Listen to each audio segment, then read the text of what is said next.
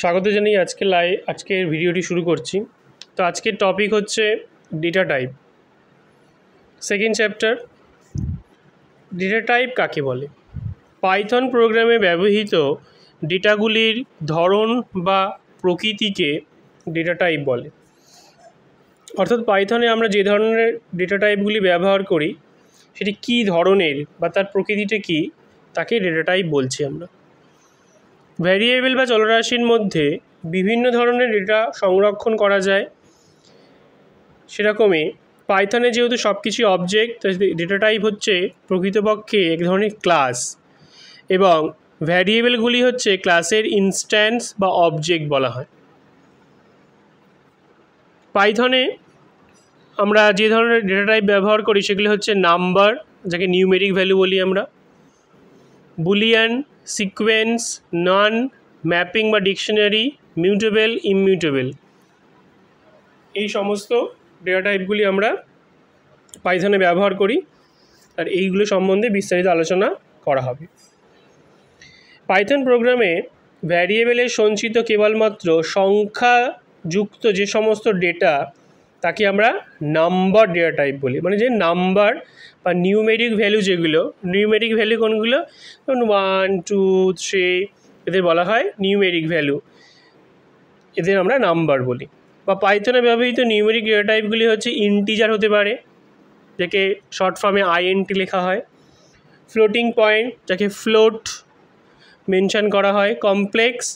এছাড়া number data টাইপের উপাদানগুলি একবার তৈরি করা হয়ে গেলে সেগুলিকে আর পরিবর্তন করা যায় না, তাই নাম্বার ডেটা টাইপগুলিকে ইমিউটেবল বা অপরিবর্তনীয় ডেটা টাইপ আমরা বলে থাকি।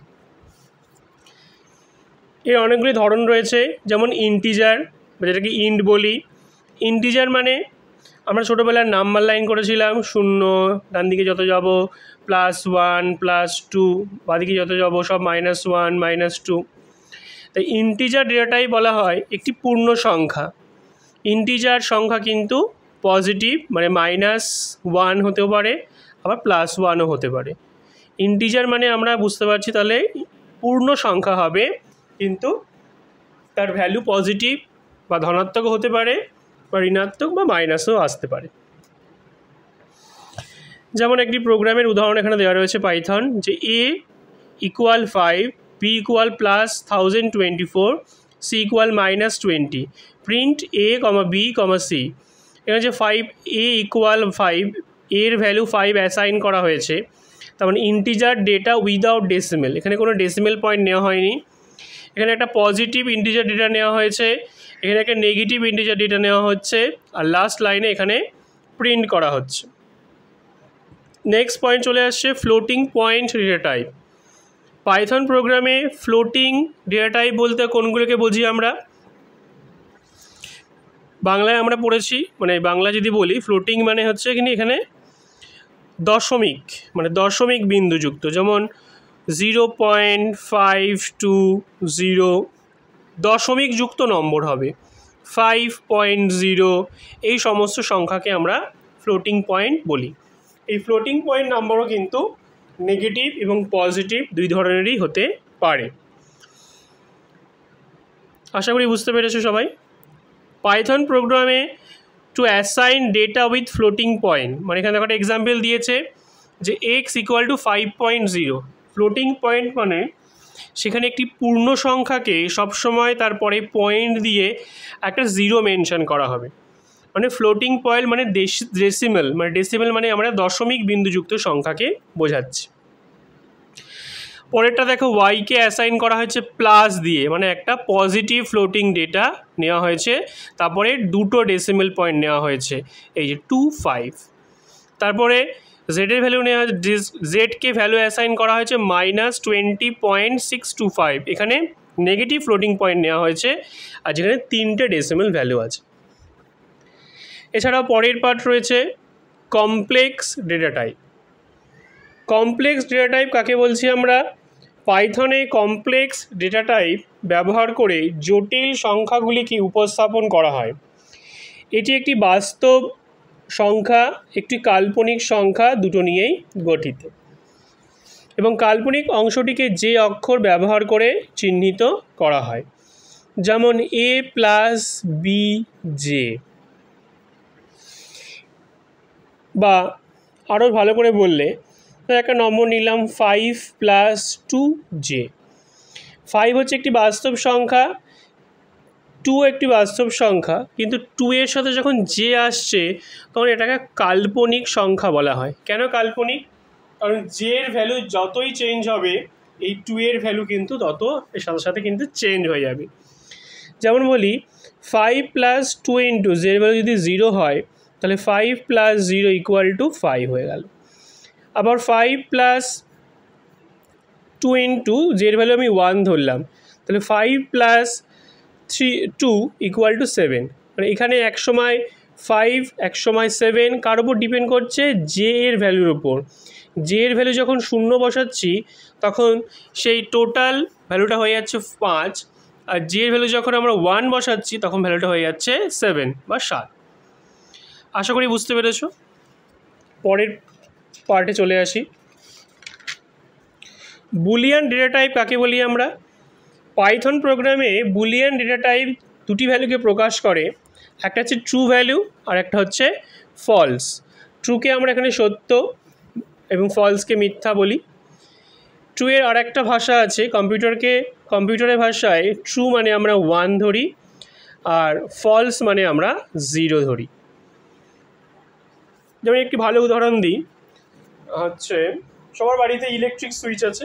ইলেকট্রিক সুইচে যখন আমরা অন করছি তখন ওটাকে বলা হয় ট্রু, অর্থাৎ তার ভ্যালু 1। আর যখন অফ করছি ওটাকে 0 ধরা হয়, তার ভ্যালু হচ্ছে 0। নেক্সট সিকোয়েন্স ডেটা টাইপে চলে আসি। সিকোয়েন্স ডেটা টাইপ হচ্ছে পাইথনের সিকোয়েন্স ডেটা টাইপগুলি একটি নির্দিষ্ট ক্রম মানে সিকোয়েন্স বা স্পেসিফিক একটা অর্ডার আইটেমগুলি সংরক্ষণ করতে মানে স্টোর করতে সাহায্য করে, তাদের আমরা সিকোয়েন্স ডেটা টাইপ বলে থাকি। সিকোয়েন্স ডেটা টাইপের কিছু উদাহরণ দেওয়া রয়েছে, যেমন স্ট্রিং বা টেক্সট, বিস্তারিত আলোচনা পরে আসছি। লিস্ট আছে, তারপর টাপল আছে, তারপর রেঞ্জ আছে, এগুলো হচ্ছে সিকোয়েন্স ডেটা টাইপ, এগুলোকে আমরা বলে থাকি। স্ট্রিং বা টেক্সট ডেটা টাইপ কোনগুলো? পাইথন প্রোগ্রামে অক্ষর সংখ্যা এবং সংখ্যা ও অক্ষর মেশানো যে সমস্ত ক্যারেক্টার তার সমষ্টিকে স্ট্রিং বলে। এই স্ট্রিংকে আমরা সিঙ্গেল কোটেশন বা ডাবল কোটেশনের মধ্যে কিন্তু লেখা হয়, তবে সেটি স্ট্রিং হিসাবে গণ্য হবে। যেমন আমাদের মাধ্যমিক ও উচ্চ মাধ্যমিকের রোল নাম্বার, ধরো EF1201, এটা একটা রোল নাম্বার। এর মধ্যে দেখো তোমার অ্যালফাবেটও আছে আবার নাম্বারও আছে, এদের বলা হয় কিন্তু স্ট্রিং। বা আমাদের নাম, যেমন প্রত্যেকের নাম এক একটা স্ট্রিং। যেমন ABC যদি কারোর নাম হয় তাহলে ABC কিন্তু কোটেশনের মধ্যে রাখতে হবে। আর একটা সুবিধা কি, এখানে আমরা সিঙ্গেল কোটেশনও ইউজ করতে পারি এবং ডবল কোটেশনও ইউজ করতে পারি।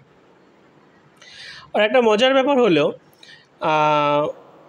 স্ট্রিংয়ের উপাদানগুলি একবার তৈরি করা হয়ে গেলে সেটিকে আর পরিবর্তন করা যায় না, তাই স্ট্রিংকেও অপরিবর্তনীয় বা ইমিউটেবল ডেটা টাইপ আমরা বলে থাকি। এরপরে আর একটা তোমাদের উদাহরণ দিই, যেমন গাড়ির বা 2 হুইলার বা 4 হুইলারের যে নাম্বার, সেই নাম্বার দেখবে এরকমভাবে লেখা থাকে WB24, তারপর সামথিং 1 2 3 4 নাম্বার থাকে। এটাও কিন্তু এক ধরনের স্ট্রিং ডেটা টাইপ। তো স্ট্রিং ডেটা টাইপের ভ্যারিয়েবলের সঙ্গে স্ট্রিংকে অ্যাসাইন করা কি বোঝায়? যখন আমি a = 2 লিখছি, তার মানে এর মধ্যে 2 এর ভ্যালুটাকে অ্যাসাইন করছি।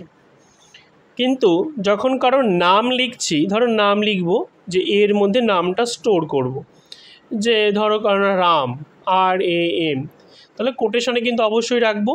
এবং তা এখন কিন্তু এ মানে রাম হয়ে গেছে, মানে রামের নামটা আমরা এ ভ্যারিয়েবলের মধ্যে স্টোর করে নিয়েছি। স্ট্রিং কী করে তৈরি করি আমরা? একটি স্ট্রিং তৈরি করার জন্য অক্ষরগুলিকে সিঙ্গেল কোটেশন বা ডবল কোটেশনের মধ্যে রাখতে হয়। যেমন এখানে একটা স্ট্রিং তৈরি করা আছে, A = God is always good, বা আমরা গড লিখলাম, সিম্পল কোটেশনে রাখলাম। প্রিন্ট লাইনে গিয়ে প্রিন্ট করলাম প্রিন্ট এ। খুব সহজেই এই দুটো লাইন লিখলে এটা পুরো প্রিন্ট হয়ে যাবে। স্ট্রিংয়ের মধ্যে অক্ষরকে আমরা পড়ব কী করে?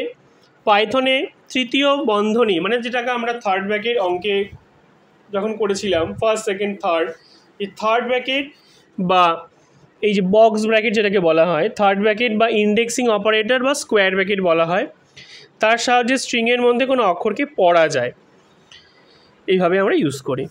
তারপর স্ট্রিংয়ের দৈর্ঘ্য নির্ণয়, খুব একটা ইম্পর্টেন্ট ফাংশান এখানে আছে যে স্ট্রিংয়ের দৈর্ঘ্য কত, মানে কতগুলো ডিজিট আছে।